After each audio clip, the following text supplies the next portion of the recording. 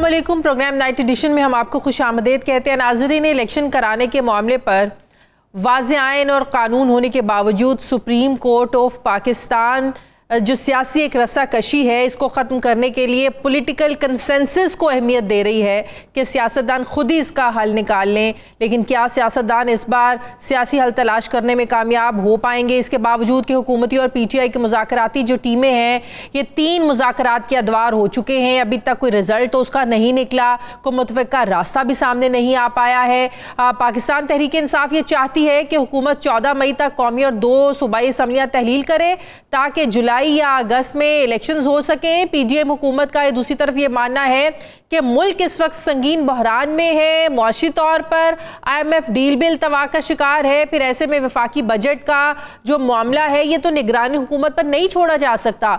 ज़राए के मुताबिक हुकूमत की तरफ से मुकर्ररा मुद्दत से 1 महीना पहले यानी जुलाई में असम्बलियाँ तहलील करके पूरे मुल्क में सितंबर के मिड में यानी सितंबर के वस्त में आम इंतखाबात की बात की गई है हुकूमत की तरफ से, जिस पर पाकिस्तान तहरीक इंसाफ राज़ी नहीं है। इस तरह पिछले जो मुज़ाकरात हैं 3 अदवार हैं ये बग़ैर किसी बड़े ब्रेक थ्रू के ख़त्म हो गए। आज जब इलेक्शन के मामले पर सुप्रीम कोर्ट में समाअत हुई तो सियासी जमातों ने अपना अपना नुक्ता नज़र अदालत के सामने रखा। चीफ जस्टिस ऑफ पाकिस्तान की सरबराही में 3 रुकनी बेंच ने हुकूमत और PTI के रहनुमाओं को सुना। हुकूमत ने मौक़िफ़ अपनाया कि पूरे मुल्क में एक वक्त में इलेक्शन के लिए अपोजिशन से मुज़ाकरात के लिए हमें मज़ीद वक्त दरकार है। हुकूमत ने IMF के साथ डील की ताख़ीर का जो मामला है इसको भी आज अदालत के सामने डिस्कस किया, अदालत के सामने रखा, जिस पर chief justice of Pakistan Umar Ata Bandial ने रिमार्क्स दिए कि अदालत में अभी मसला आईनी है, सियासी नहीं। सियासी मामला जो अदालत है ये सियासी जमातों पर छोड़ती है। आप हमें ये बताएं कि IMF मुआहदा और ट्रेड पॉलिसी की मंजूरी क्यों ज़रूरी है? जिस पर फारूक एच नाइक ने बताया कि बजट के लिए IMF का कर्ज मिलना बहुत ज़रूरी है। असम्बलियाँ ना हुई तो बजट मंजूर नहीं हो सकेगा। पंजाब और KP के असम्बलियाँ ना तोड़ी जाती तो आज ये बहरान ना होता। बातचीत से बहरानों का हल निकल सकता है। ख्वाजा साद रफ़ीक ने भी ये मौक़िफ़ अपनाया कि मुज़ाकरात को ब्रेक ज़रूर लगी है लेकिन अभी ब्रेकअप नहीं हुआ। कुछ मज़ीद वक्त मिल जाए तो इंशाअल्लाह ज़रूर हल निकल आएगा। जिसे ये तासुर मिला कि ज़ाहिर है हुकूमत चाह रही है कि मुज़ाकरात के लिए मज़ीद वक्त दिया जाए और फ़िलहाल अदालत अपना फ़ैसला ना सुनाए। चीफ जस्टिस ऑफ पाकिस्तान ने करार दिया कि सियासी मुज़ाकरात में मुदाखलत करेंगे, ना ही हमको हिदायत देंगे। मुज़ाकरात करने हैं तो देर ना की जाए, अगर मुज़ाकरात नहीं होते तो इस मामले को देखेंगे। 14 मई को जो इंतखाबात करवाने का फैसला है वो तो बरकरार है, उसके लिए हम इस्तेमाल करेंगे। सुप्रीम कोर्ट के आज की कार्रवाई पर दोनों फ़रीक़ैन ने कुछ ऐसे रद्द-ए-अमल दिया, ज़रा देखिए। इमरान खान साहब को किस बात की जल्दी है? ये कोई साल या 6 माह का उनको प्रोग्राम तो नहीं बताया जा रहा? क्या वो चंद हफ्ते सब्र नहीं कर सकते? पाकिस्तान के लार्जर इंटरेस्ट में क्यों जरूरी है कि इंतखाबात जो है वो 14 तारीख को हो या उसके 10 दिन बाद हो? हम जो मुकर्ररा वक्त है उससे कुछ पीछे आए हैं मुज़ाकरात में, हमने लचक भी दिखाई है। मकसद ये था कि एक पॉलिटिकल कॉम्प्रोमाइज हो जाए, हम आज भी इसके लिए तैयार हैं। PDM अलायंस एक डार साहब के दस्तखत हैं और जब भी हमने बात की, गुफ्तगू की, उन्होंने कहा कि नहीं ठहरिए, हमें अपने कोलिशन पार्टनर्स को एतमाद में लेना है, हमें वक्त दीजिए। इतने संजीदा मुज़ाकरात और इसमें 2.5-3 दिन का वक्फा, ना इन्होंने वसाइल देने थे न दिए और पार्लियामेंट को बतौर ढाल इस्तेमाल किया। नाजरीन, अहम सवाल ये है कि अदालत तो है जो बार बार ये सियासतदानों को मौका दे रही है कि वो जो सियासी मामलात हैं इसको खुद देखें, इसका सियासी हल तलाश करें। क्या मौजूदा सूरत हाल में सियासतदान जो हैं लेकिन मैं ना मानूँ कि रिट को छोड़कर मुज़ाकरात के ज़रिए किसी नतीजे पर पहुंच सकेंगे, क्योंकि सुप्रीम कोर्ट और पार्लियामान में जो जारी एक कशमकश है इससे मौजूदा सियासी बहरान ये और संगीन होने का ख़तरा है। सियासतदानों ने भी ये मौका खो दिया है, अगर खो दिया तो ये खदशा है कि किसी के हाथ में सिवाय पछतावे के कुछ नहीं आएगा। ये भी सवाल है कि PTI अपनी तरफ से मुज़ाकरात के अमल को तो ख़त्म कर चुकी है, क्या इमरान खान मुज़ाकरात के लिए मज़ीद लचक दिखा सकते हैं? हुकूमत और PTI के दरमियान जो डेडलॉक है मुज़ाकरात को लेकर ये कैसे दूर हो सकता है? क्या हुकूमत PTI कौमी असम्बली में PTI को कौमी असम्बली में वापसी का रास्ता देने के लिए तैयार है ताकि 90 रोज़ के मामले पर जो है वो आईनी तरमीम लाई जा सके? इसी पर मैं बात करूँगी। मुझे ज्वाइन कर रहे हैं सीनियर कानूनदान पीपल्स पार्टी के रहनुमा माहिर कानून बैरिस्टर चौधरी एतजाज़ अहसन साहब। अस्सलाम वालेकुम, बहुत बहुत शुक्रिया चौधरी साहब आपका। चौधरी साहब, ये 90 रोज़ के अंदर इंतखाबात करवाने का जो मामला है, ना सुप्रीम कोर्ट अभी तक इस पर फैसला, जाहिर है फैसला लिख के तो रखा हुआ है, वो तो कहते हैं आइन और कानून के मुताबिक है। हमारे पास तो फैसला है कि 14 मई को इंतखाबात करवाने हैं, लेकिन मामला अब है जाहिर है सियासी जमातों पर 3 अदवार हो चुके हैं मुज़ाकरात के। चौधरी साहब, ये बताइएगा कि अगर मुज़ाकरात का कोई रास्ता नहीं निकलता तो फिर इसके अलावा तो कोई ऑप्शन नहीं है कि आप 14 मई से आगे जा सकें? शादिया, इससे पहले कि मैं आपकी बात का सवाल का जवाब दूं, मैं जरा आपकी इजाजत से एक बात जरूर करना चाहता हूँ, वो रह जाए कि मुझे आज बड़ा फख्र और खुशी महसूस हो रही, बड़ा इत्मीनान और बड़ा फख्र महसूस हो रहा कि बेनज़ीर शहीद के बेटे ने आज जिस तरह पाकिस्तान का एक पूरा मुकदमा भी और उसके अलावा एक पाकिस्तानी का जो मिजाज होना चाहिए, जिस किस्म का उसका किरदार होना चाहिए, जिस तरह उसकी लोगों को नजर आना चाहिए, जिससे वो मरूफ हो, इम्प्रेस हो, और उसको वो आज चेयरमैन बिलावल भुट्टो जरदारी ने करके दिखाया।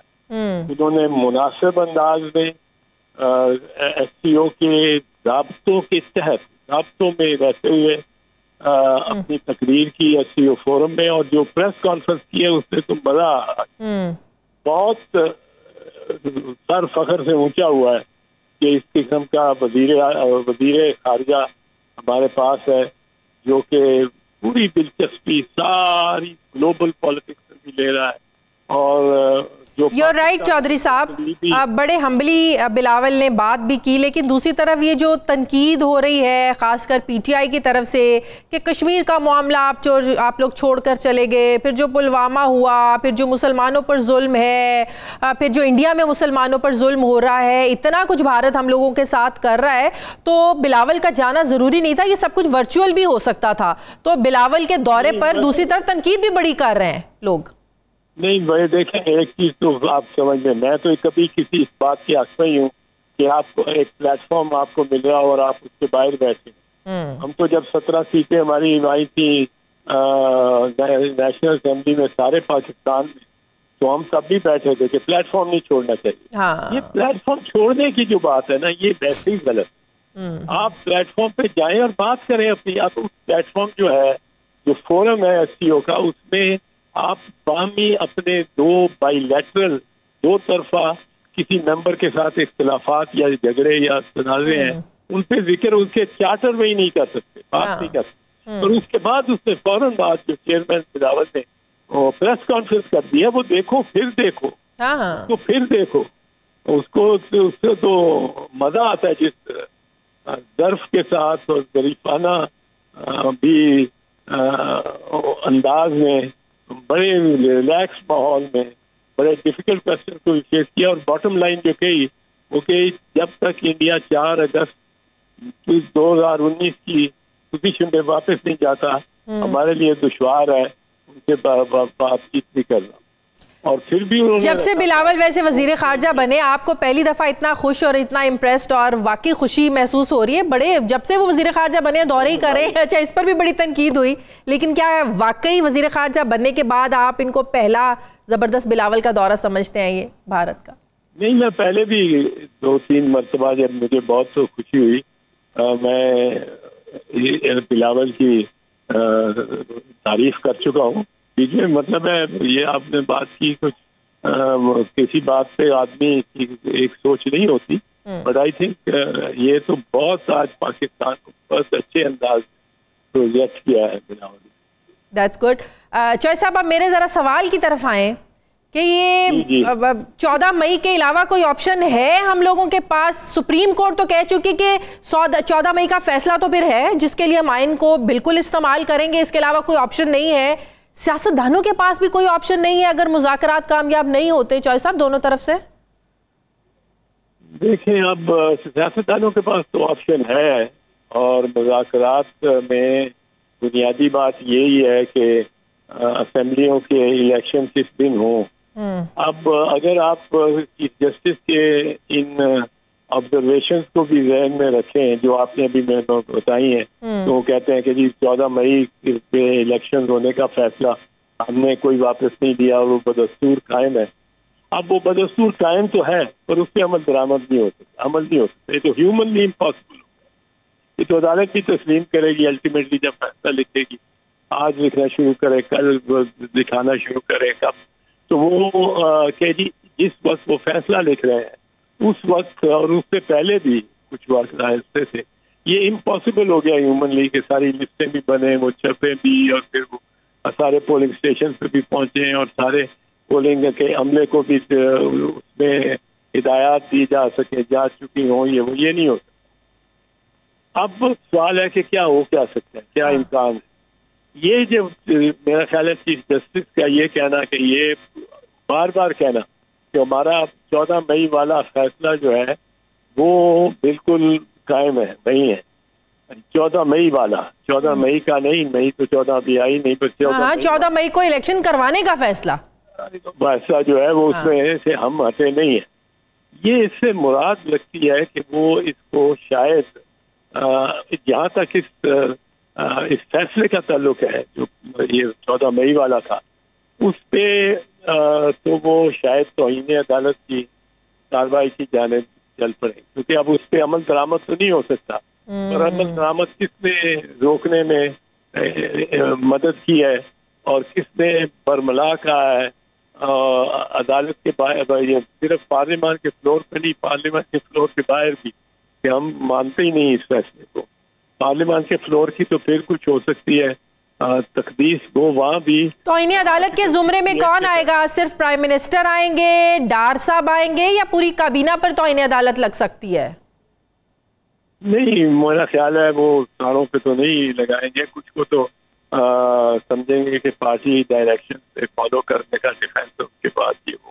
पर जो बाहर इसको ज्यादातर कहते रहे हैं वो मेरे ख्याल में आई डोंट नो कौन अदालत किसको चुनती है या किसको समझती है, उसने ज्यादा किरदार अदा किया है वो राना सनाउल्लाह है, लॉ मिनिस्टर हैं, ख्वाजा आसिफ है। ख्वाजा आसिफ कहते हैं हो ही नहीं सकता, मुमकिन ही नहीं है। अच्छा, और वो मरियम है, क्या कौन है ये मैं नहीं कह सकता, कि क्योंकि मरियम भी कहती नहीं है ना कि पहले ये होगा वो होगा, डिस्क्वालीफाई फलां होगा, अपना इधर होगा, फलां फायर होगा, और फिर लेवल प्लेइंग फील्ड होगी, फिर नवाज शरीफ साहब आएंगे, फिर इलेक्शन होगा। तो ये तो अब किसको करते हैं मुझे नहीं, पर मेरा ख्याल है वो इस मामले को चूंकि बार बार कह चुके हैं कि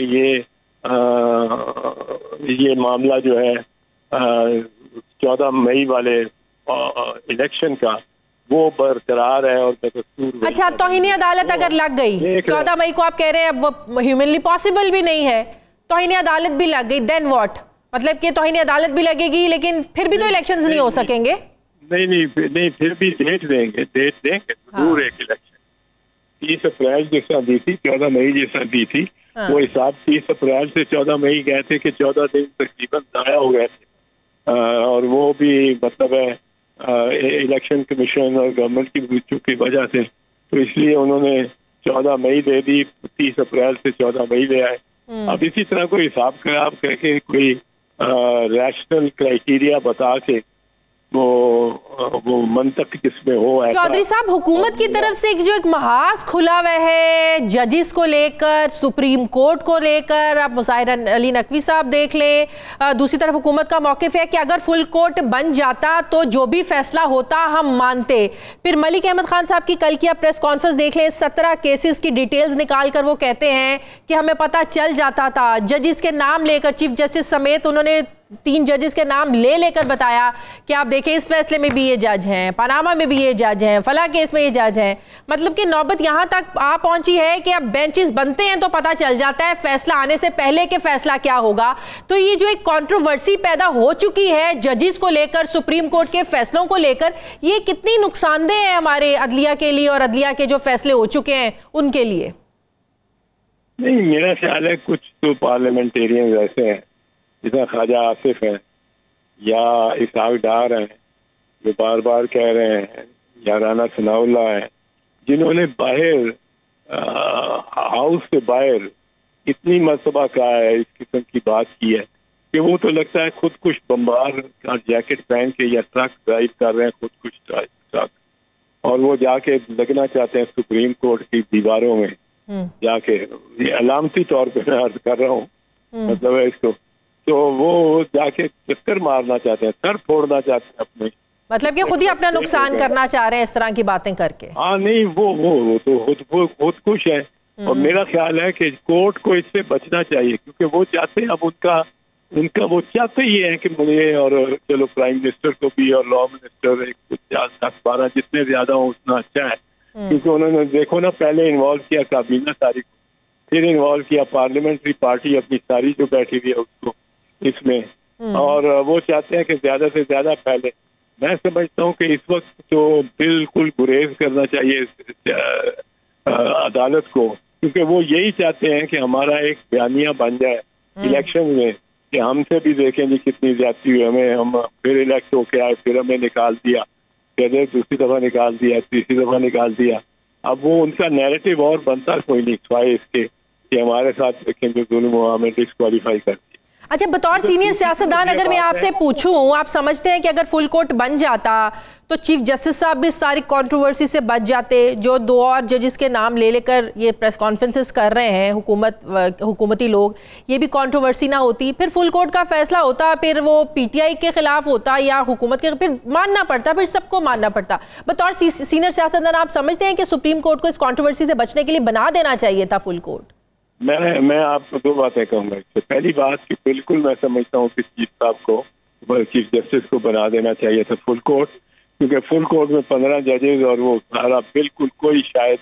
लेकिन एक चीज मैं बता दूं, ये मैं नहीं कह सकता कि इनकी आवाजें बंद हो जाती हैं, इनकी तनकीद बंद हो जाती। इन्होंने उसमें भी कोई निकालना था कि 15 जज नहीं होने चाहिए थे, 14 जज होने चाहिए, 13 जज होने चाहिए, 2 को। ये फोरम शॉपिंग कहते हैं इसको अंग्रेजी में, फोरम शॉपिंग। ये फोरम ऐसा बनाया जाए जो हमारे ही गिनती हमारे हक में हो। अगर गिनती इनके हक में ना हो रही होती तो इन्होंने कभी कतन नहीं मानना था फुल कोर्ट को। कहते हैं फुल कोर्ट -1 हो, फुल कोर्ट -2 हो, जिससे हमें कहते थे कि फुल को सब जज बहाल कर देते हैं -1, इफ्तिखार मोहम्मद चौधरी को नहीं करें। हम कहते थे ये इफ्तिखार मोहम्मद चौधरी का केस ही नहीं है भाई, ये चीफ जस्टिस ऑफ पाकिस्तान का केस। तो चीफ जस्टिस को के पीछे हम आए, हम इफ्तिखार मोहम्मद चौधरी के पीछे तो नहीं चले। तो ये जब भी कहते थे, और ये वकील अब भी कहेंगे अगर ज्यादा वायरस किया गया चीफ जस्टिस को। पर मैं ये समझता हूँ कि इन्होंने तो नहीं मानी थी, और इन्होंने आप जो पहना है खुद कुछ जैकेट, वो तो इसीलिए है कि हमें आप डिस्क्वालीफाई करें तो हम अपना बयानिया बदलें और कहें कि जी हम मजलूम हैं। कि मजलूमियत की जो है ना जरूरत नून को इस वक्त बहुत ज्यादा है, और ये आसान मजलूमियत है कि 6 महीने की ज्यादा सजा है, और वो भी कोई सिंपल इम्प्रिजनमेंट। और नहीं तो ये मजलूमियत इलेक्शन में काम आएगी क्या? नवाज शरीफ की नाअहली की मजलूमियत काम आई 2018 के इलेक्शंस में? नहीं आई। नहीं, वो तो इलेक्शन का खबर नहीं क्या बादशाह हो रहा है बाजवा साहब के हवाले से, जितना तो सोच भी नहीं कर सकता कोई, और अभी भी नहीं सोच सकते। पर बाजवा साहब के कमालात जो हुए हैं उस सिलसिले में। पर ये जो चीज है ना, ये मैं समझता हूँ, और ये मुझे समझ नहीं आती है कि एक दिन इलेक्शन कराने में आइंदा किस तरह होगा। आइंदा भी क्या अगर बलूचिस्तान असेंबली को तहलील करना चाहेगा वजीर आला बलूचिस्तान, तो हम तो कहा जाएगा कि आप तहलील नहीं कर सकते, ये बैठी रहेगी असेंबली को। आप कह रहे हैं कि नया मैंडेट होना चाहिए वोटर्स का, पर ये बैठी रहेगी 2 साल और। अच्छा, अगर मुज़ाकरात के नतीजे में 14 मई से मामलात आगे चले जाते हैं, मान लिया पीटीआई भी लचक दिखा देती है, मान लिया हुकूमत भी लचक दिखा देती है, देन क्या फिर इसमें कोई तरमीम करनी पड़ेगी कि 90 रोज़ के अंदर इंतखाबात नहीं होते तो ये हो सकता है नजरिया ज़रूरत या whatever according to situation PTI को वापस जाना पड़ेगा असम्बलियों में तरमीम करने के लिए? ये ज़रूरी है चॉइस साहब? नहीं, ये तो नजरिया ज़रूरत के तहत ही होगा। क्योंकि देखो नजरिया जरूरत है क्या, नजरिया जरूरत ये है कि मानते हैं कि आइन ये कहता है, मानते हैं आइन का तकादा ये है, लेकिन जरूरत जो है वो कुछ और मांगती है। तो आइन से इनराफ बड़ा जरूरी है, आइन से हटना, आइन से मुतजाद पॉलिसी रखना बड़ा जरूरी है। तो वो तो उसी के तहत ही जाएगा। पर ये तो नजरिया जरूरत के तहत अगर हर बार आइन की ऐसी की तैसी फेरनी है तो फिर आइन को कौन मानेगा? नहीं, कोई नहीं मानेगा। यही तो हम कहते हैं कि 90 दिन है, और सब कहते हैं 90 दिन। 15 के 15 जज साहिबान कहेंगे 90 दिन। अगर उनको फुल कोर्ट के सामने आप ये रख दो तो 15 के 15 जज कहेंगे 90 दिन बाइंडिंग है। पर अब चला जा रहा है मामला। 14 मई की तौहीनी अदालत से बचने के लिए क्या अगर हुकूमत लिंगर ऑन करती है, डिलेइंग टैक्टिक्स ही लग रहे हैं फिलहाल, तो जैसे आज भी ख्वाजा साद रफीक ने भी कहा कि हम तो चाहते हैं भाई मुज़ाकरात हो, और अगर 14 मई तक इसको ये लेकर चलते हैं तो फिर क्या तौहीनी अदालत से बच सकते हैं? क्योंकि इनके पास फिर साफ मौक़िफ़ होगा अदालत में बताने के लिए भाई हमारे तो मुज़ाकरात चल रहे थे, तो तौहीनी अदालत हम पे कैसे लग सकती है, हम तो बातचीत कर रहे थे। नहीं, वो तो बातचीत तो विधि करनी चाहिए उनको, मेरा ख्याल है गवर्नमेंट को पेशरफ करनी चाहिए। इसमें गवर्नमेंट ही करती है पेशरफ। अगर उनकी अपोजिशन कह रही है कि हमने बात कर ली बात, और उन्होंने 14 मई से पहले ही अगर असेंबलियां नहीं बहाल करते या अगर तहलील करते तो हम बात नहीं करने की तैयार, तो गवर्नमेंट को कुछ 14 मई से पहले का फॉर्मूला देना चाहिए कि जी हम करते हैं। एक दिन जो लानी है सारी असेंबलियों की इलेक्शन, वो मुझे एक मुश्किल बात लगती है। उसमें और बहुत सारे हमें कॉम्प्रोमाइज़ करनी पड़ेंगी और मसलियत करनी पड़ेगी। सही, बहुत बहुत शुक्रिया। पाकिस्तान पीपल्स पार्टी के सीनियर रहनुमा माहिर कानून बैरिस्टर चौधरी एतजाज एहसन साहब मेरे साथ है, बहुत शुक्रिया आपका। ब्रेक लेनी है, वापस आते हैं वक्फे के बाद।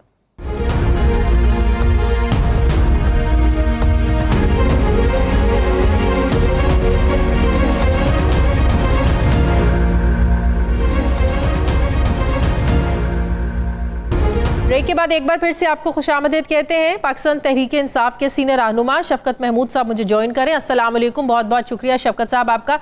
शफकत साहब, 3 राउंड्स तो हो चुके हैं तहरीक इंसाफ और हुकूमत के दरमियान इंतखाबात के मामले पर जो मुज़ाकरात हो रहे थे, अभी तक तो कुछ नहीं लिखना। ख्वाजा साद रफीक ने आज अदालत में कह दिया कि हम कोई अभी ब्रेक ज़रूर लगा है मुज़ाकरात को, लेकिन ब्रेकअप नहीं हुआ।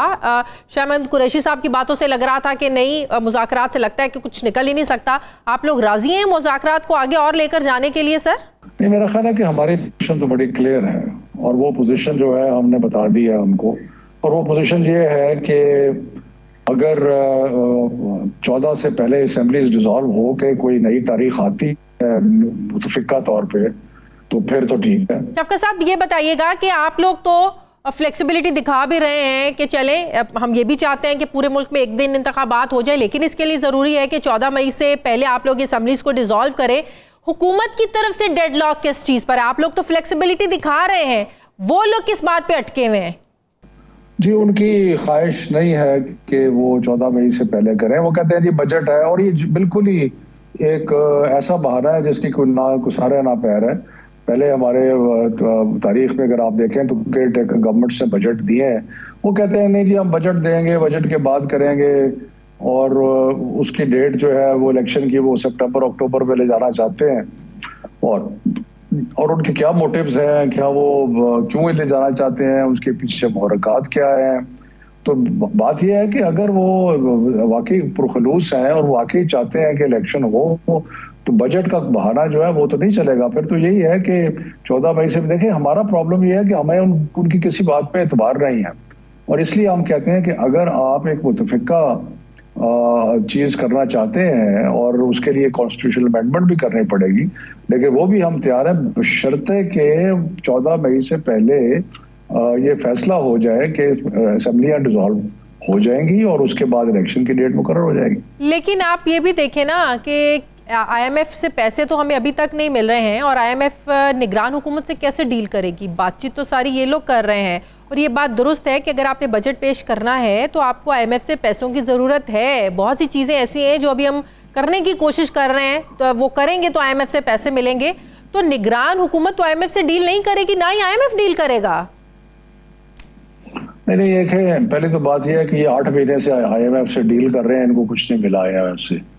मुझे बड़ी हैरानी होगी अगर इनको मजीद बजट से पहले या बजट के लिए कुछ इनको IMF से मिल जाए। मुझे तो, मेरी तो इत्तला के मुताबिक इसहाक डार ने इतनी ज्यादा उनसे बदतमीजियां की हैं और इतने ज्यादा वो एक अजीब ऐसा रवैया रखा है कि अगर वो करना भी चाहते थे तो अभी वो नहीं कर रहे। लेकिन इसको छोड़े, ये एक अलग इशू है। मैं ये कहता हूं कि पहले भी इससे केयर टेकर गवर्नमेंट्स ने किया है और IMF को कोई प्रॉब्लम नहीं है केयर टेकर गवर्नमेंट के साथ मुआहदा करने का, और इसलिए बल्कि इसहाक डार अगर हट जाएगा अपनी जगह से तो शायद मुआहदे के चांसेस बढ़ जाएं। तो आप समझते हैं कि अगर ये हुकूमत साइड पे हो जाती है तो बजट ज्यादा अच्छा पेश हो सकता है? अगर ये साइड पे हो जाती है तो कम से कम IMF जो है वो इसहाक डार के जाने के बाद कुछ सुख का सांस लेगी, क्योंकि वो तो हर किसी से लड़ता रहता है। नहीं तो मुझे एक और चीज बताएं ना, आप लोगों के पास क्या इन्फॉर्मेशन है कि इस हुकूमत को सिर्फ हारने का ही खौफ है जिसकी वजह से ये डर रहे हैं इंतखाबात में आने से? जुलाई क्या तो अक्टूबर क्या, 4-5 महीनों में ऐसा तो कोई ये मईशत में तब्दीली नहीं ला सकते कि जो है ना अलादीन का चिराग निकलेगा और मईशत में सब कुछ रातों रात ठीक हो जाएगा। खौफ बेसिकली अगर सिर्फ हार का है तो फिर जुलाई क्या और अक्टूबर क्या? अगर आप मेरी जाती राय पूछें तो मैं आपसे इत्तेफाक करता हूं, इनका कोई इरादा इलेक्शन कराने का नहीं है। ये कोई ना कोई बहाना बनाते रहेंगे, कोई ना कोई, क्योंकि इलेक्शन से मतलब तो इनको फैटी पड़ेगी। सबको पता है, नजर आ रहा है कि इनका सियासी तौर पर सफाया हो जाएगा। अवाम ने बिल्कुल, जो मेरा ख्याल है कि इतनी ज्यादा सपोर्ट मैंने पॉलिटिकल पार्टी की अपनी जिंदगी में नहीं देखी, और मुझे पॉलिटिक्स और मीडिया और एडमिनिस्ट्रेशन में 50 साल के करीब हो गए। मैंने कभी नहीं देखा कि इतनी ज्यादा सपोर्ट एक पार्टी की हो और इतनी ज्यादा नफरत इन लोगों से हो, और इसलिए मुझे तो लगता है कि इनकी कोई ख्वाहिश नहीं है इलेक्शन कराने की।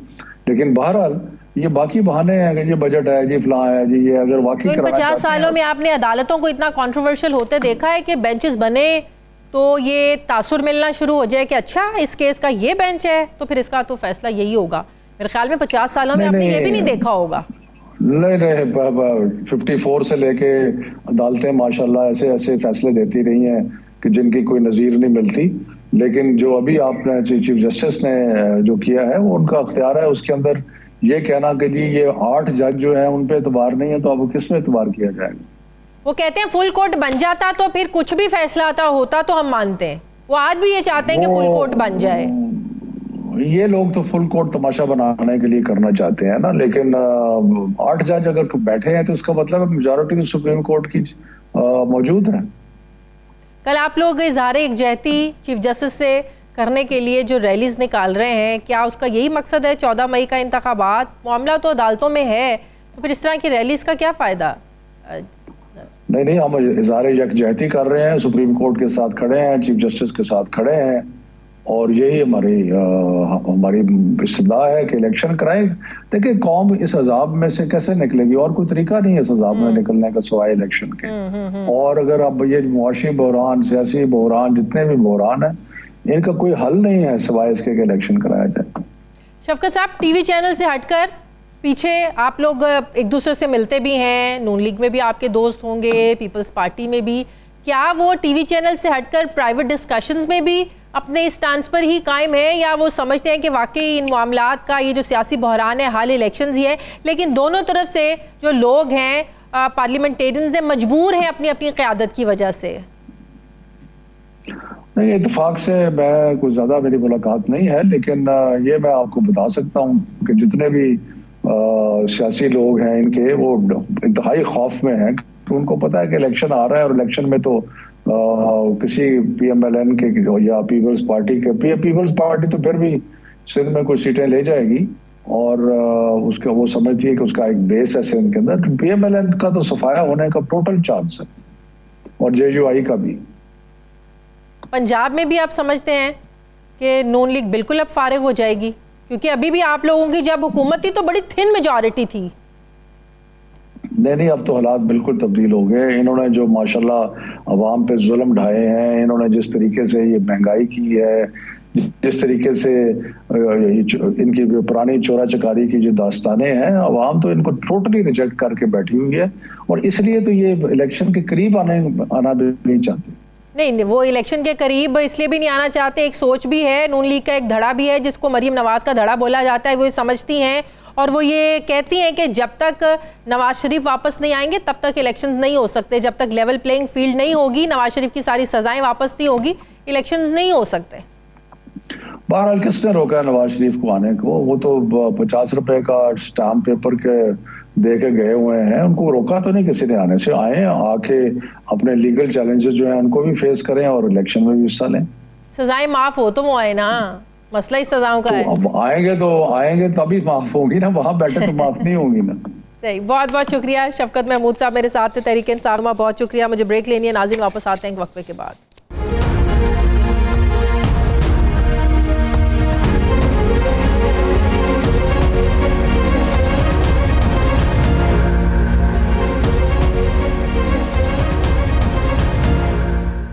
ब्रेक के बाद एक बार फिर से आपको खुशामदीद कहते हैं। हुकूमत और तहरीक इंसाफ को के दरमियान जो मुज़ाकरात हैं इंतखाबात को लेकर कोई नतीजा अभी तक नहीं निकल पा रहा है।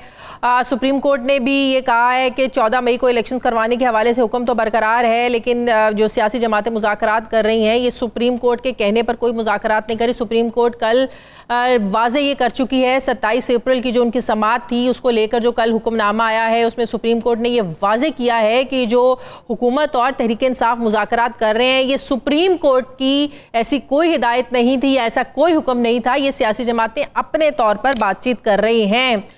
साबिर शाकिर मुझे ज्वाइन कर रहे हैं, सीनियर सहाफ़ी तज्ज़ियाकार। अस्सलाम वालेकुम, बहुत बहुत शुक्रिया साबिर आपका। साबिर, ये बात तो सुप्रीम कोर्ट पहले भी कह चुकी है कि आप लोग करना चाहें तो बातचीत करें, लेकिन सुप्रीम कोर्ट का अपना हुक्म आइन के मुताबिक मौजूद है।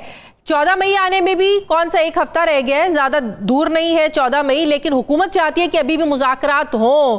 ख्वाजा साद रफ़ीक ने भी कहा है कि डायलॉग को ब्रेक ज़रूर लगी है, ब्रेकअप नहीं हुआ, लेकिन तहरीक इंसाफ के मूड से लग रहा है कि वो मज़ीद मुज़ाकरात नहीं करना चाहती हैं। तो आपको लग रहा है कि ये डिलेइंग टैक्टिक्स अगर 14 मई तक हुकूमत इसी तरह लेकर चलते हैं तो ये तौहीन अदालत से बच सकते हैं? देखिए, आज सुप्रीम कोर्ट में जो हियरिंग हुई है कमरा अदालत number 1, chief justice of Pakistan Umar Ata Bandial साहब ने बहुत सख्त गुफ्तगू की है और उनका लहजा बड़ा धीमा था, लेकिन गुफ्तगू उनकी बहुत सख्त थी, उनके पैगामात बड़े सख्त थे। अगर मैं उसको सादा जुबान में कहूँ तो उन्होंने हकीकी मानों में ये बताया है कि एक गुफ्तगू जब दलाइल हो रहे थे फारूक चनाइक साहब और ख्वाजा साद रफ़ीक साहब, तो उन्होंने कहा कि इस गुफ्तगू का मयार भी देखें कि किस एहतराम के साथ यहाँ पे बातचीत हो रही है और एक लेवल वो भी देखें कि वहाँ पे क्या हो रहा है। तो उन्होंने कहा कि अपने इस सारी चीज़ों को, उन्होंने कहा हम प्रोग्राम भी देखते हैं, टॉक शोज भी देखते हैं और जो कुछ इस वक्त गवर्नमेंट कर रही है, चीफ जस्टिस साहब ने आज ओपनली सारी बातें खोल खोल कर बयान कर दी हैं। उन्होंने कहा कि ना तो आप संजीदा हैं, ना ही आप कोई वादे पे अमल करना चाहते हैं और आप तो 3-4 और 4-3 उन बातों में उलझे हुए हैं। बाहर आप बात कुछ करते हैं, कोर्ट रूम में कुछ करते हैं। और उन्होंने कहा कि जब आपको मौका मिला तो आप दौड़ के चले गए, बाइकआउट कर गए। अब आप नजरसानी, हुकूमत को तो इतनी तौफीक नहीं हुई कि वो रिव्यू ही कर देती, क्योंकि वो फैसले को नहीं मानती। उन्होंने कहा कि अब तो रिव्यू का टाइम भी गुजर चुका है।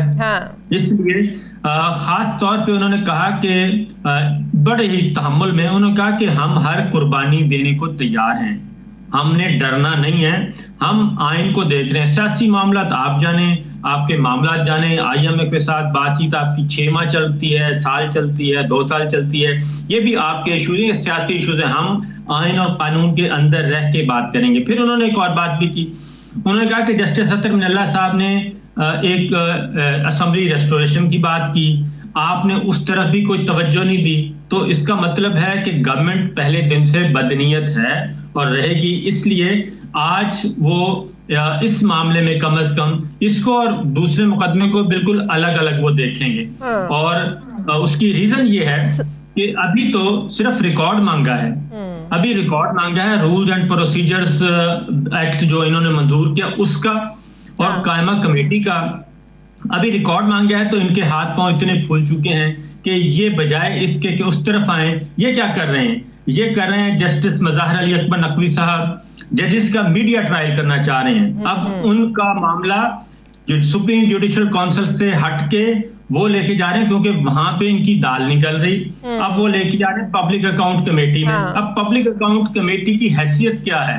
यानी हर गैर आईनी काम ये कर रहे हैं सिर्फ और सिर्फ जजिस को धमकाने के लिए, डराने के लिए कि ये हमारे सामने आए और आके सर्वसुलूद हो जाएं। वो सारे का सारा जो साबिर अभी एतजाज एहसन मेरे साथ प्रोग्राम में थे, वो कह रहे थे कि अब 14 मई को इंतखाबात करवाने के हवाले से अब ये सुप्रीम कोर्ट को भी पता है कि ये पॉसिबल नहीं है, एक हफ्ता तो रह गया है, तो जो इंतजामात होने चाहिए या जो होते हैं इलेक्शंस के लिए वो नहीं हो सकते। तो अब तो सुप्रीम कोर्ट चाहे भी तो 14 मई को इंतखाबात नहीं हो सकते, तो वो इस मामले को लेकर जाएंगे तौहीन अदालत की तरफ। तो अब तो आप भी ये समझते हैं, हमें भी ये लगता है कि अब 14 मई को, भले ही वो कह रहे हैं कि आइन के मुताबिक 14 मई का फैसला मौजूद है, लेकिन 14 मई को अब इंतखाबात नहीं हो सकते। देखिए फैसले बिल्कुल नहीं हो सकते, इसमें कोई शुबा नहीं है कि फैसले नहीं हो सकते। अब सुप्रीम कोर्ट ने जाहिर है एक ऑर्डर पास किया, आइन के अंदर रहते हुए किया। जो सुप्रीम कोर्ट ऑफ पाकिस्तान को ब्रीफिंग्स दी गई on the record, of the record, वो भी रिकॉर्ड हैं, वो भी उनके सामने हैं। उन सब के बावजूद सुप्रीम कोर्ट इस नतीजे पे पहुंची कि पंजाब का इलेक्शन हो सकता है और वो 14 मई की तारीख दी गई। और इलेक्शन कमीशन ऑफ पाकिस्तान ने किसी भी मौके पे, ये आज से पहले तक किसी भी मौके पे ये नहीं कहा कि वो इलेक्शन नहीं करवा सकते। उन्होंने कहा कि हमें ये चीजें मिल जाएं तो हम इलेक्शन के लिए तैयार हैं। उन्होंने कभी डिनाई नहीं किया। अब जब ये सारी चीजें आ गई हैं तो अब सिर्फ तौहीन अदालत है। ये क्यों नहीं रिकॉर्ड दे रहे? ये इसलिए रिकॉर्ड नहीं ना दे रहे कि जब रिकॉर्ड आएगा तो वहां से बरामद क्या होगा? गालम गलोच, धमकियां, ऑडियो रिकॉर्डिंग, खवातीन की बेतौकीरी, ये सारी चीजें वहां से बरामद होनी है। वो डॉक्यूमेंट एक ऐसा डॉक्यूमेंट है जो असेंबली से आना है, उसके बाद उसको कोई साबित करने के लिए अलग से कोई फॉरेंसिक की जरूरत नहीं है, किसी गवाह की जरूरत नहीं है। वो तो सर्टिफाइड रिकॉर्ड आएगा, वो आके पढ़कर सुनाया जाएगा कोर्ट रूम में जब फर्द जुर्म आयद होनी है इन तमाम किरदारों पे कि ये सारे का सारा अमली बदनीयती पे मबनी था। ये पहले दिन से बदनीयत थे और इन्होंने ये पहले फैसला कर लिया था कि हमने ये काम नहीं करना, लिहाजा वो काम नहीं कर रहे। अब ये प्रोसीडिंग्स उसी तरफ जाएंगी। ये जो दरमियान में ये तो इत्माम हुज्जत है, ये खुद फंसे हैं कि इलेक्शन करवाने के लिए हमें मौका दें। वो सुप्रीम कोर्ट ने वो भी कहा कि एग्जॉस्ट हो जाए, वो भी इन्होंने अवेल कर लिया। अब उसमें भी पाकिस्तान तहरीक इंसाफ अपनी रिपोर्ट सबमिट करवा चुके हैं, बाकी अपनी करवा चुके हैं। और आज के अगर चीफ जस्टिस ऑफ पाकिस्तान के रिमार्क्स, उनकी ऑब्जर्वेशंस, एक एक जुमला उठा के देख लें तो वो बिल्कुल बड़े क्लियरली वो बता रहे हैं कि हम, फिर एक और बात भी उन्होंने की, उन्होंने कहा कि हम गुस्से में फैसला नहीं करते, जब गुस्सा ठंडा हो जाता है उसके बाद हम फैसला करते हैं। तो एक ऑर्डर बार बार वो कह रहे हैं कि 14 मई का ऑर्डर मौजूद है, उसमें कोई तब्दीली नहीं हुई, तो उसको लेके आगे बढ़ेंगे। ये भले इलेक्शन ना करवाएं, क्योंकि बहुत बहुत शुक्रिया। साबिर शाकिर मेरे साथ थे। प्रोग्राम में एक ब्रेक लेनी है, वापस आते हैं एक वक्फे के बाद।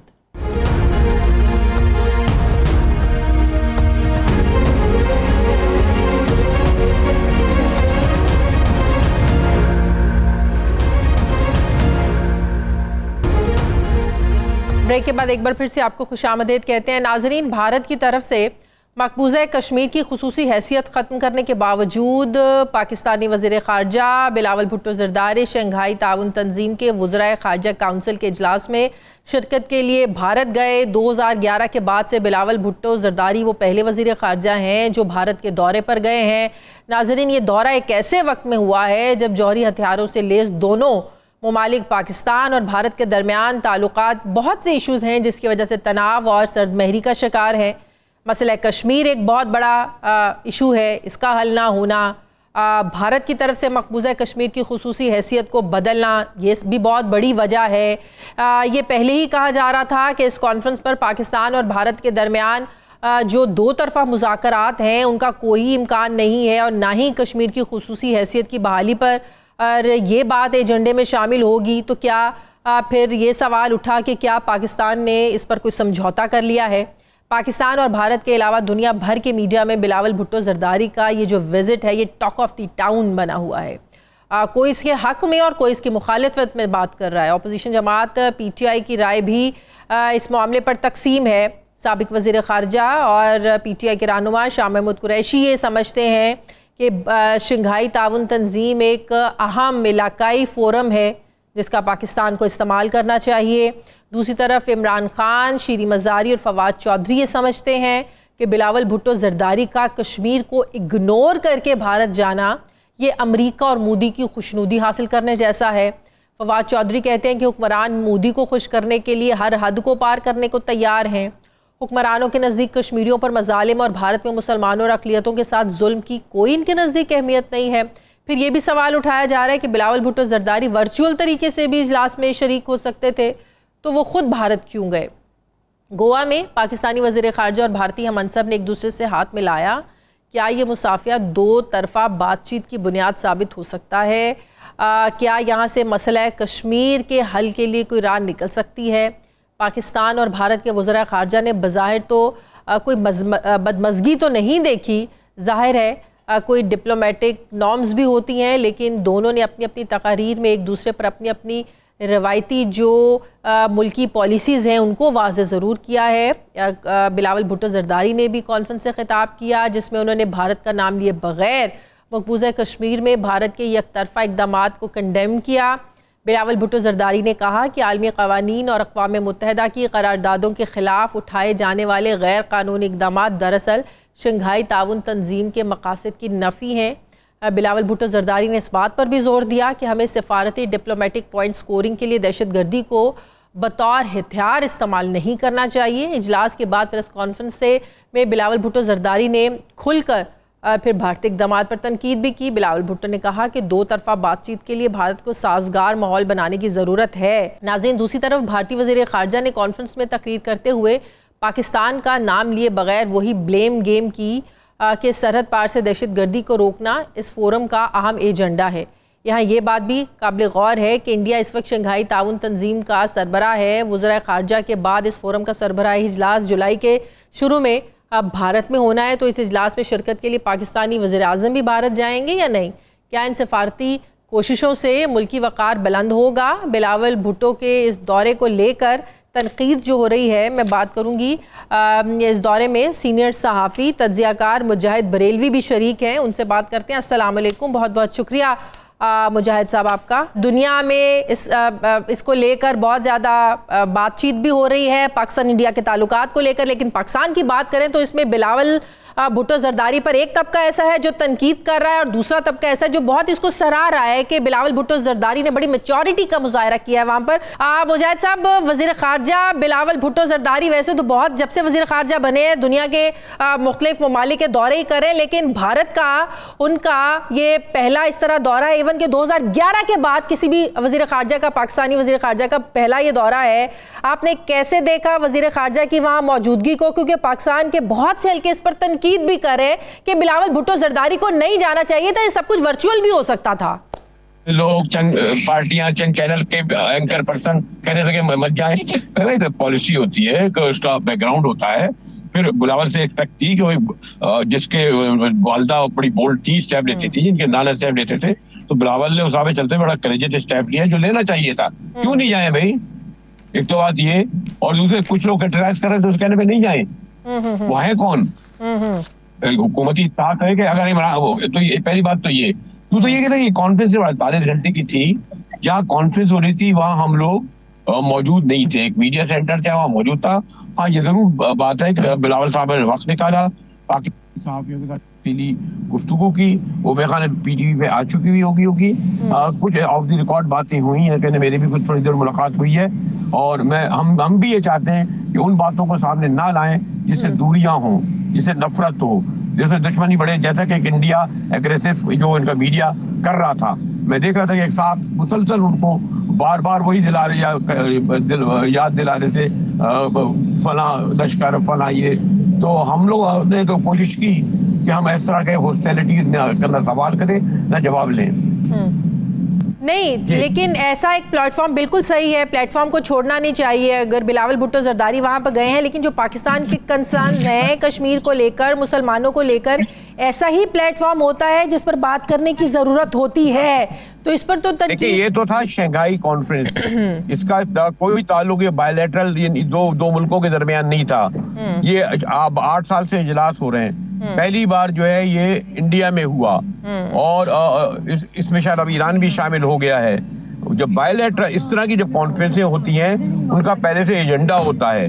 हाँ, ये जरूर है कि तमाम नजरें तवज्जो इस बात पे थी कि बिलावल और वो शेक हैंड करेंगे या नहीं, आपस में शायद मिलेंगे या नहीं। वो जो कल्चरल में जरूर आया, लेकिन रूटीन के तौर पर जब कॉन्फ्रेंस हुई उसमें इस तरह का शेक हैंड या कोई हलो हाय नहीं हुई, और जो जिसकी तवक्को भी थी और जिसकी वजाहत दोनों पहले ही यानी फॉरेन मिनिस्टर और वजारत खारजा कर चुकी थी।